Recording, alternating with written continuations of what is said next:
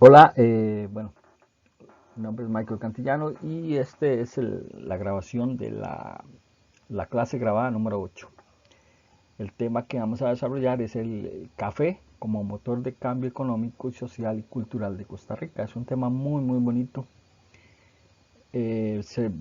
Por lo general se ve relativamente poco, digamos, en el colegio, ya que pues este tema se ve a finales de año, se ve en noveno y a finales de año. Entonces por eso muchas veces no alcanza, digamos, el tiempo para lograr ver este tema. Pero es un tema muy bonito, muy atractivo. A mí me encanta el café, el café como bebida y me encanta también la historia del café. Me parece que es una historia muy rica que va muy de la mano de la historia de Costa Rica. Entonces pues tiene un contenido muy lindo, muy interesante. Y pues vamos a verlo, vamos a ver un poco sobre el café como motor y cambio económico, social y cultural, de que influye en la parte económica, en la parte social y en la parte cultural de Costa Rica en general, ¿no? De los costarricenses. Entonces esto del café es lo que vamos a desarrollar, el café de Costa Rica. Bueno, como introducción, así vamos a hablar un poco sobre la historia del café, cómo se fue desarrollando poco a poco, cómo fue tomando fuerza, auge, importancia, ¿no? En Costa Rica. Así que el café debuta en el Caribe durante el siglo XVII, aunque no se sabe exactamente la fecha. Bueno, ahí pues mediados del siglo XVII es que se siembran los primeros cafetos en Costa Rica. Y ya para la década de 1830 más específicamente, se empieza a cultivar en las pequeñas, medianas y grandes fincas de la meseta central, particularmente en San José, en los alrededores de San José. Me imagino que pues no están muy lejos de lo que es actualmente algunos sembradíos de café en los alrededores de San José, en la parte norte, en la parte sur, digámosle sur, sí, de San José. Sur sería la zona de los Santos, digamos, más que todo.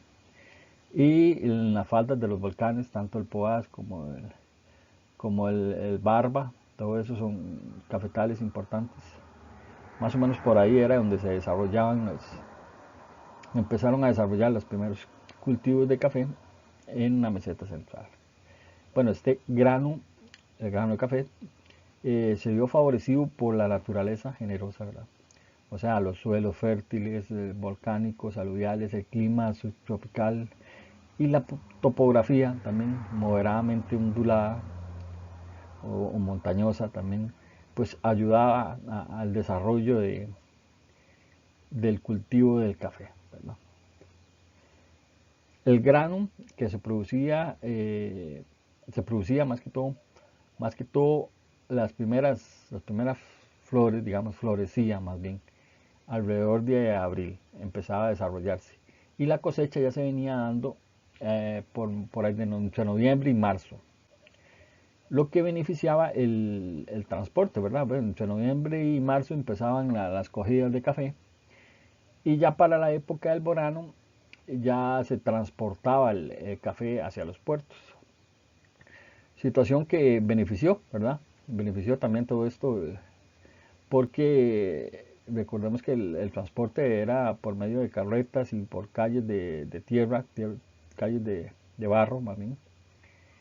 Entonces, pues la época de verano era la época especial para transportar esas cosechas hacia los puertos, ¿verdad? En invierno hubiera sido bien difícil.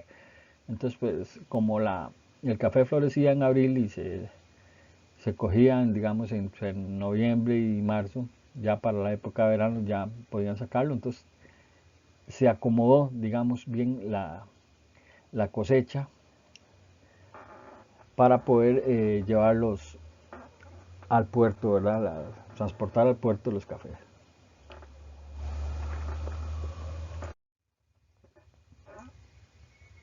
Continuando con el tema, eh,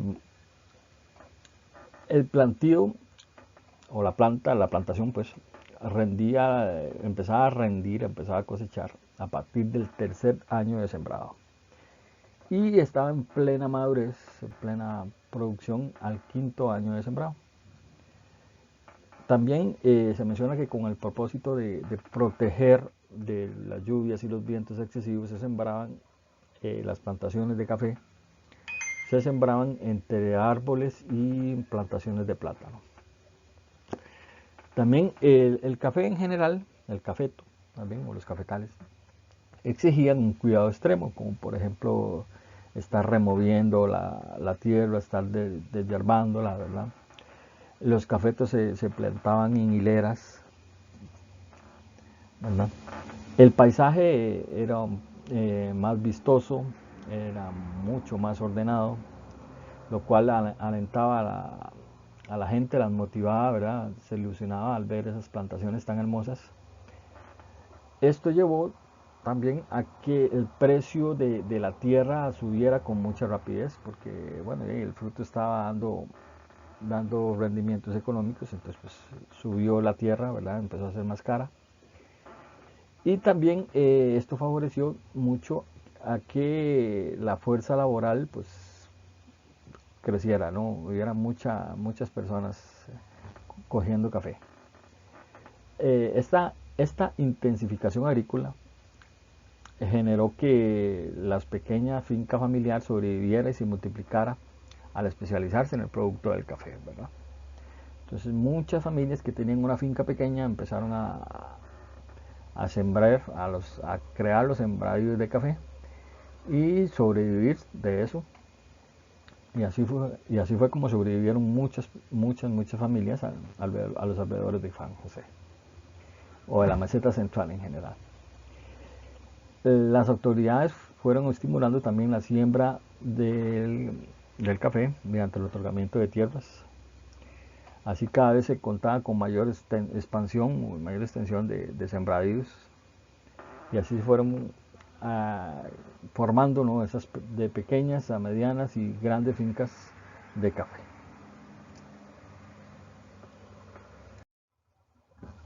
Bueno, así es que Costa Rica con el café pasó de una economía aislada durante la colonia, o sea, una economía interna, ¿verdad? Solo se comerciaba internamente.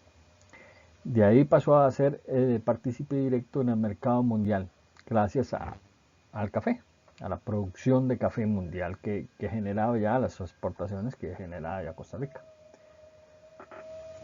Paso importante para el sistema capitalista, que empezará a posicionarse en la economía y en la sociedad del siglo XIX. Bueno, por medio del café y de los sembradíos de café, se empezó a consolidar esa fuerza capitalista, ¿verdad?, y económica, que después con el tiempo pues, son los que terminan controlando de alguna manera la parte económica e inclusive política del país. Un aspecto que contribuyó rápido al desarrollo de la actividad cafetalera fue la consolidación de los beneficios. Esto porque de dichos sitios se logró controlar la producción y la venta. Bueno, los beneficios es el lugar donde después de coger el café, de recogerlo, pues se lleva y se controla de esa manera la producción y la venta, ¿verdad? Ahí en los beneficios, casi en todos los cafetales grandes había un beneficio. En el caso de algunas fincas pequeñas, pues tenían que llevar el café que recogían, tenían que llevarlo a algún beneficio ahí cercano. Estos lugares, dichos espacios, pues estuvieron controlados por los grandes cafetaleros, ¿verdad? Los poderosos económicamente, que al final de todo pues eran los que realmente tenían las mejores ganancias, porque obviamente ellos manejaban a su gusto la economía, ¿verdad? El pago, el dinero, entonces pues de ahí que muchas veces los dueños de pequeñas fincas estaban a merced del gran poderoso, de lo que les diera, de lo que entonces económicamente no era tan rentable para los pequeños productores, digamos. Muy diferente para los dueños de grandes fincas que sí obtenían ganancias muy importantes.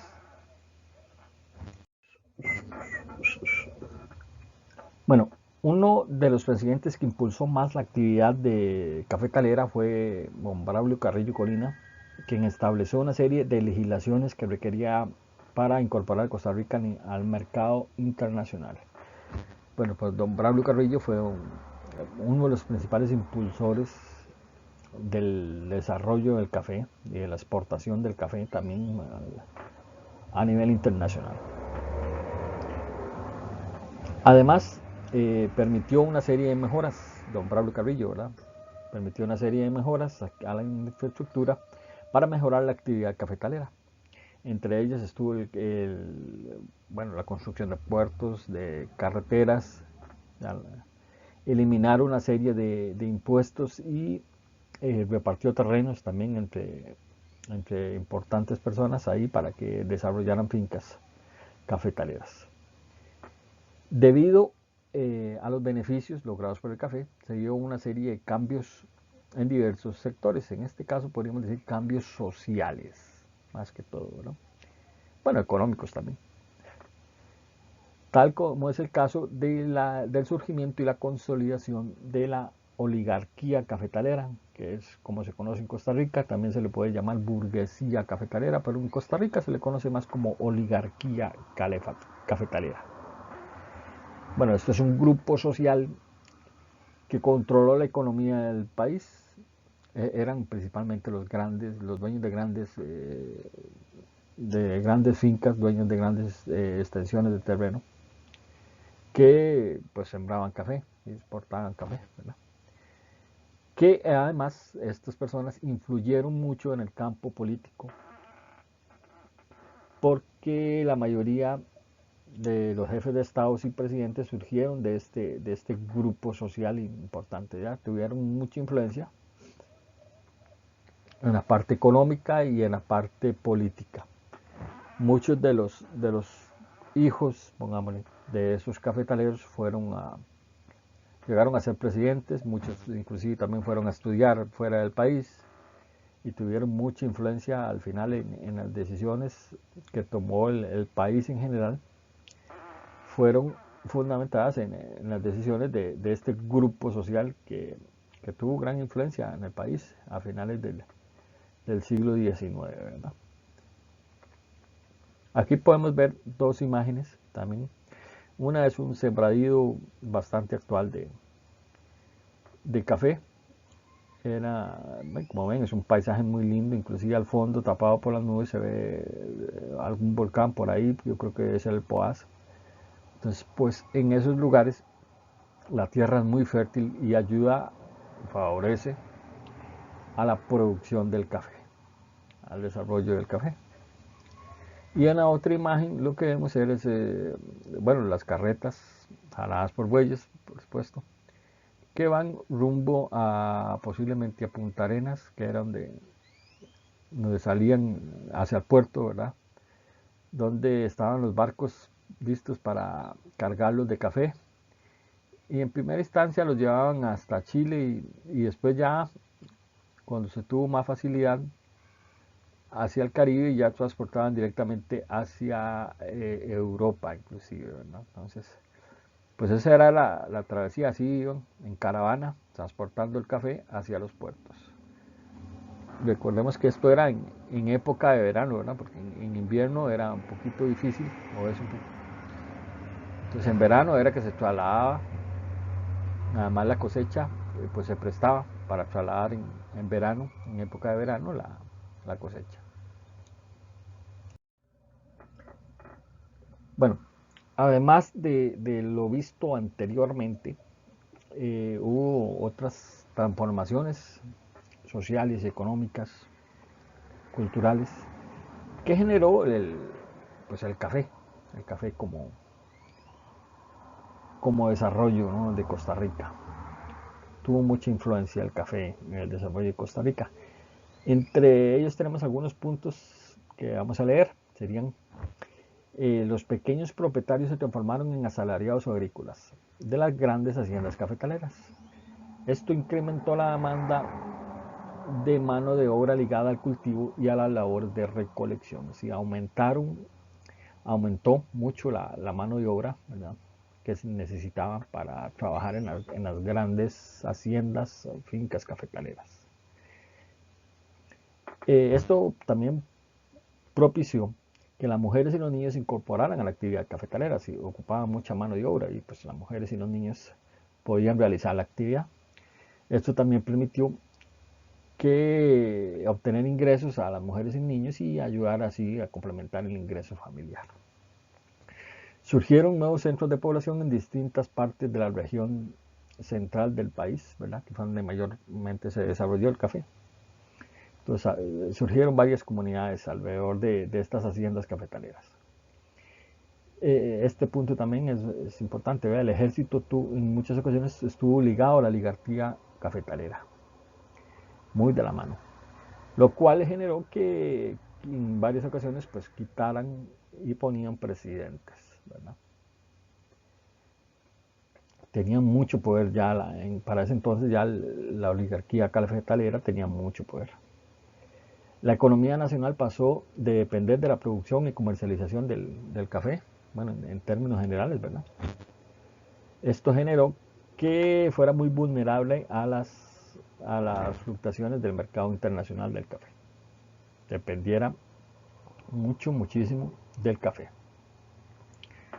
más bien de las fluctuaciones internacionales. Los gobernantes facilitaron el otorgamiento de tierras para incrementar la actividad, pero además se dio la consolidación de grandes haciendas cafetaleras, ¿verdad? El país empezó más bien a obtener ingresos como resultado de la venta del producto y también como pago de los impuestos de exportación e importación del producto cafetalero.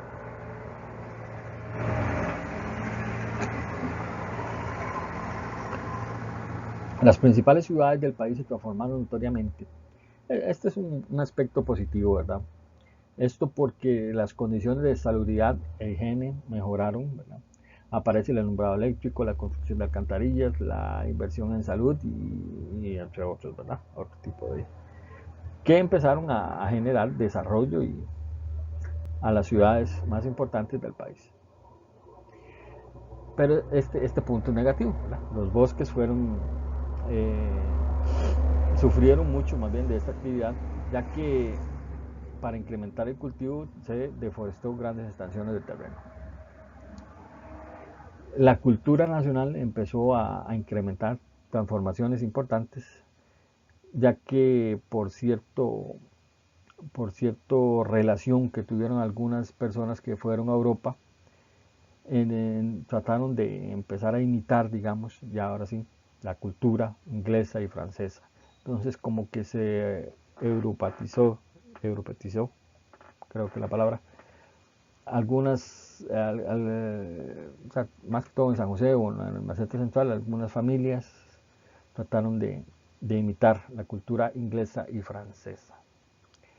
Y como último punto, pues la calidad de vida de la población mejora porque se tiene mayor acceso a la educación y mayor disfrute también del agua potable, que era importantísima, ¿verdad? El agua potable hace muchos años, bueno, anterior a eso, pues era difícil de conseguirla muchas veces y eso generaba que muchas personas se enfermaran fácilmente por consumir agua contaminada. Bueno, a partir de ese momento pues se tiene más facilidad del acceso al agua potable, lo cual generó que las personas tuvieran una mejor salud. Bueno, otro punto que vamos a analizar es cuál fue la relación del cultivo del café con la fuerza laboral, cómo fue esa fuerza laboral que se incorporó a la, a la a los cultivos de café, a las cogidas de café más que todo, ¿no? Se necesitaba una mano de obra muy amplia porque los cafetales eran muy grandes, entonces se necesitaban muchas personas que se incorporaran a la actividad cafetalera. Entonces, ¿cómo fue esa relación entre la fuerza laboral y con la fuerza laboral, ¿verdad? Entonces, el primer punto ahí es el cultivo de café valorizó la fuerza de trabajo de las mujeres y niños, lo cual les abrió la puerta al mercado laboral asalariado. No era común antes de eso que niños y mujeres pues participaran de algunas actividades, mucho menos agrícolas.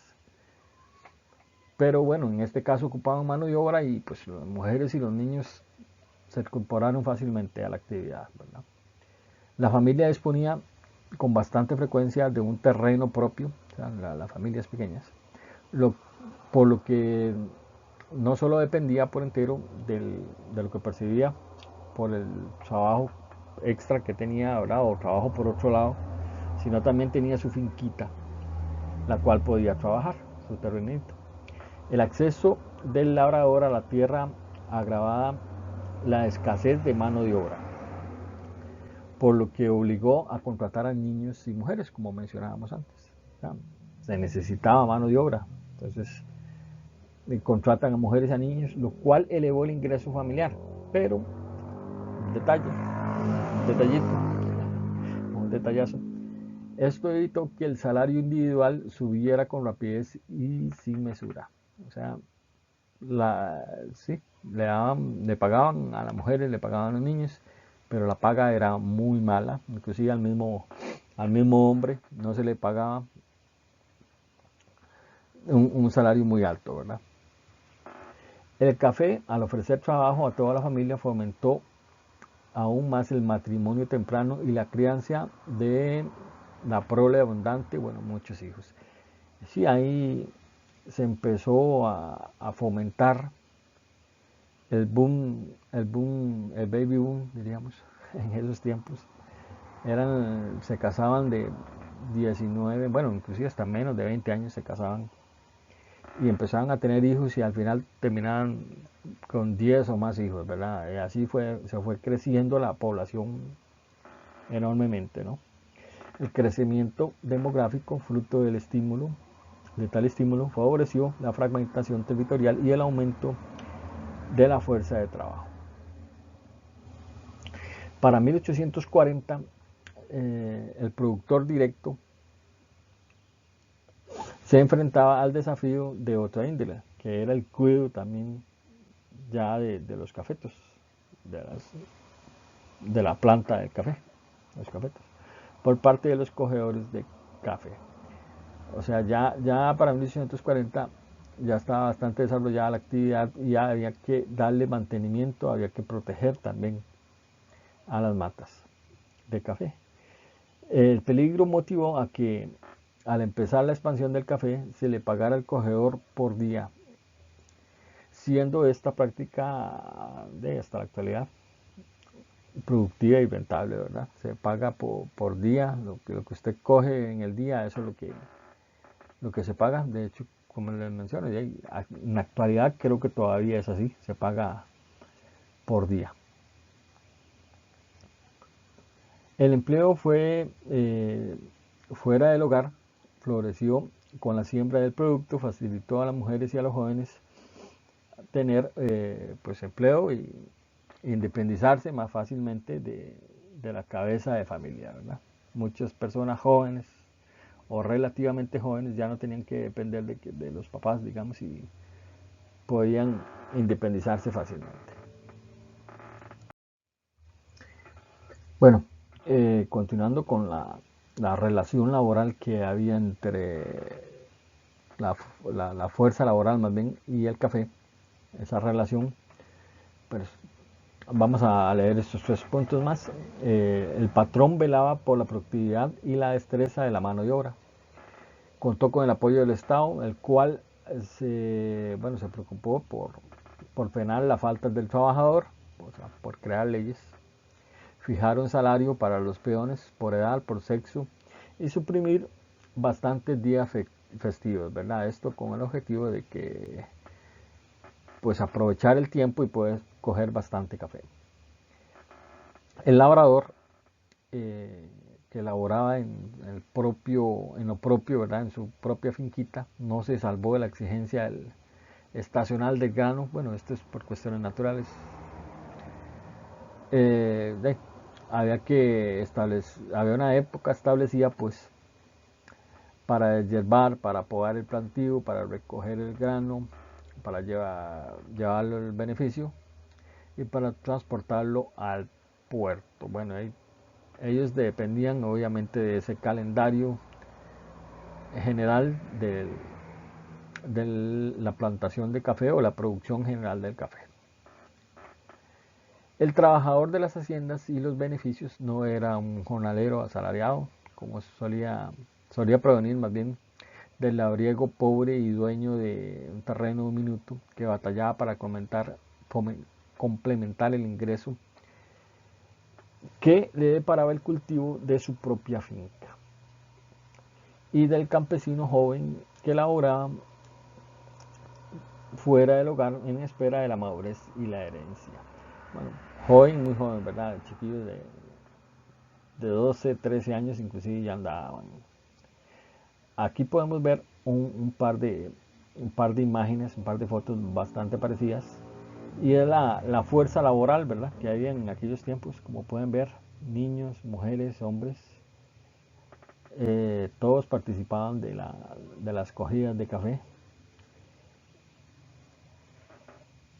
Cargaban carretas. Aquí podemos, en una de las imágenes inclusive se puede ver una carreta, las cuales me imagino que esa carreta la llenaban y después la transportaban hacia los beneficios, ¿verdad? Entonces las imágenes nos detallan bastante de cómo era la fuerza laboral en aquellos tiempos, la fuerza laboral que participaba en la producción del café.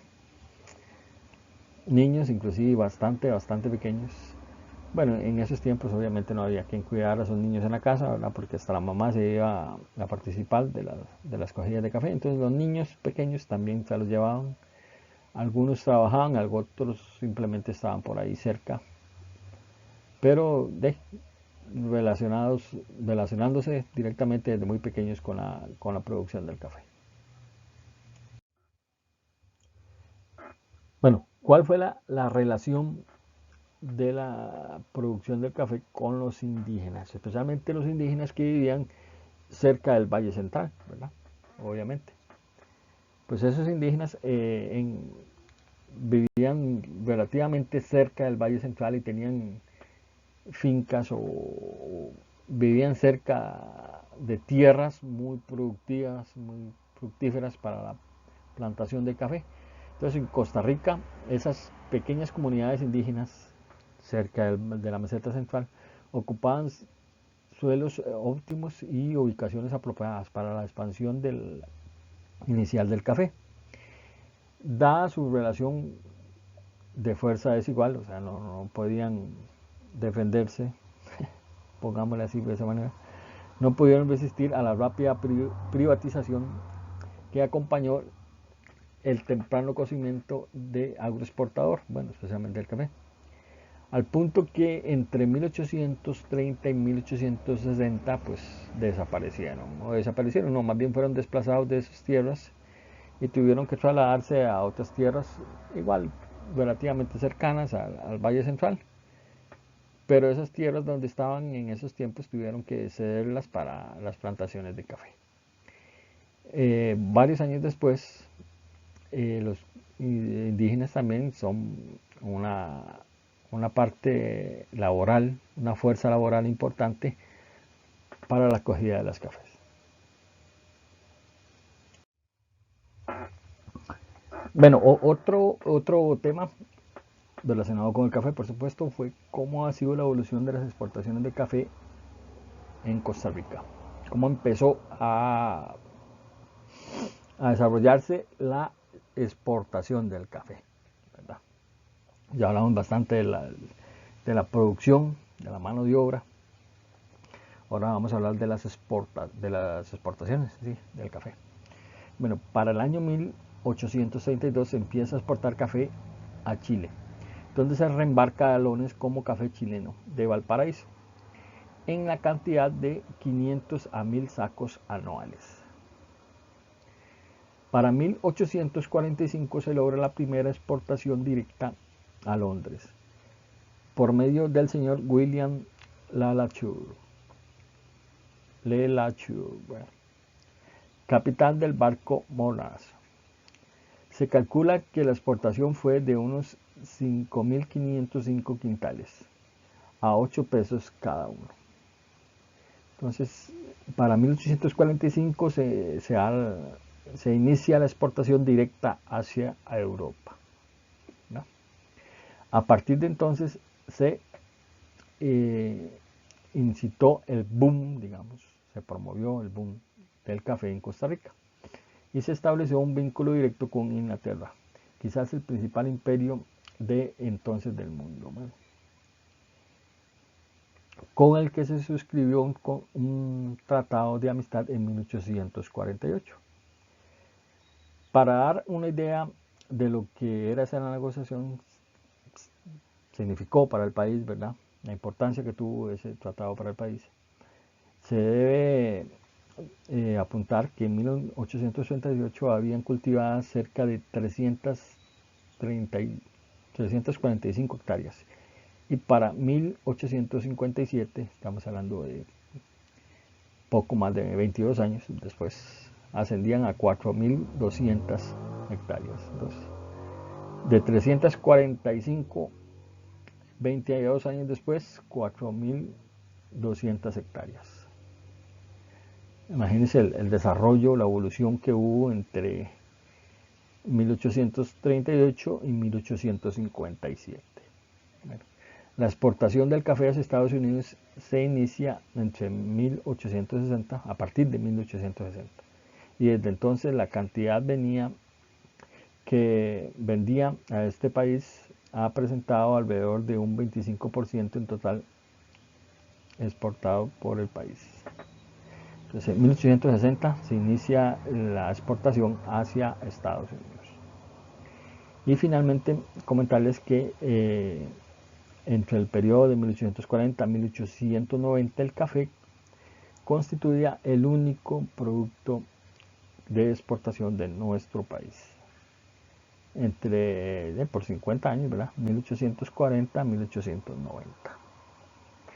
Ya más o menos para 1890 empieza a tener mucho auge el banano, ¿verdad? Que eso, en otra ocasión, pues vamos a hablar del banano. Bien, para finalizar, un último tema, dices, ¿cuál ha sido la influencia del café en la vida nacional? Bueno, en general, el mejoramiento fue pues, muy bueno, ¿no? Pues las divisas que generó el grano de oro permitieron, entre otras cosas, el desarrollo de la banca, o sea, de los bancos, la red de comunicaciones, carreteras, bueno, ya las carreteras más amplias fuera del Valle Central, por ejemplo, de San José a Punta Arenas, una carretera, la construcción de ferrocarriles hacia las costas, ya hacia el Pacífico, hacia el Atlántico, el surgimiento de servicios hospitalarios, ya diferentes hospitales fuera también inclusive el de la meseta central, el servicio de correos, el desarrollo minero, el Teatro Nacional. Recordemos que el Teatro Nacional fue construido por un impuesto al café y ya para 1897 creo que ya se logró definitivamente la construcción del Teatro Nacional, que es un símbolo de Costa Rica a nivel internacional. Además, también la influencia que tuvo el café pues promovió el desarrollo intelectual del costarricense al establecerse los primeros centros de enseñanza también, centros de enseñanza superiores, universidades y librerías. También la salida de algunos jóvenes a Europa, especialmente los de la oligarquía cafetalera, pues fueron a realizar estudios que no estaban disponibles en Costa Rica, fueron a Europa. Anterior a eso, pues generalmente iban a Nicaragua o a Guatemala, donde habían universidades que no habían en Costa Rica. Bueno, ya tuvieron la posibilidad de ir a Europa, especialmente a Inglaterra y a Francia, a estudiar muchos de jóvenes de Costa Rica. Bueno, finalmente una actividad, ¿verdad? Una actividad tenemos aquí para participar. ¿verdad? Para realizar en relación a todo lo que hemos leído, lo que hemos comentado, del tema que hemos desarrollado. Pues vamos a contestar esas 13 preguntas que se ven ahí a continuación. Las preguntas son las siguientes. ¿Desde qué siglo se registró el cultivo de café en el Caribe? Las preguntas no son tanto de desarrollo, son respuesta corta, cojámosle así. ¿En qué año comienza a sembrarse el café en San José o en la meseta central en general? ¿Por qué motivo la naturaleza de nuestro país fue ventajoso para el café de Costa, para desarrollar los cultivos de café? ¿Qué tipo de cuidado requerían los cafetales? ¿Qué hicieron las autoridades para estimular el cultivo del café? ¿Cuál era el papel de los beneficios? ¿Cuál fue el presidente que impulsó la actividad cafetalera? ¿Cuál fue la relación del cultivo del café con la fuerza laboral? ¿Cómo fue la relación de la producción de café con los indígenas? ¿Por qué en 1832 se exporta café a Chile? ¿En qué año se logra exportar café directamente a Londres? ¿En qué año comienza a exportar café a Estados Unidos? Y finalmente, ¿cuáles fueron las ventajas para la vida nacional? Las ventajas del café para la vida nacional. Bueno, con estas preguntas terminamos, ¿verdad? Esta es la actividad. Y de esta manera, pues le damos gracias a todos los estudiantes. Y esta fue la clase, la grabación de la clase número 8. Muchas gracias entonces y muy amables.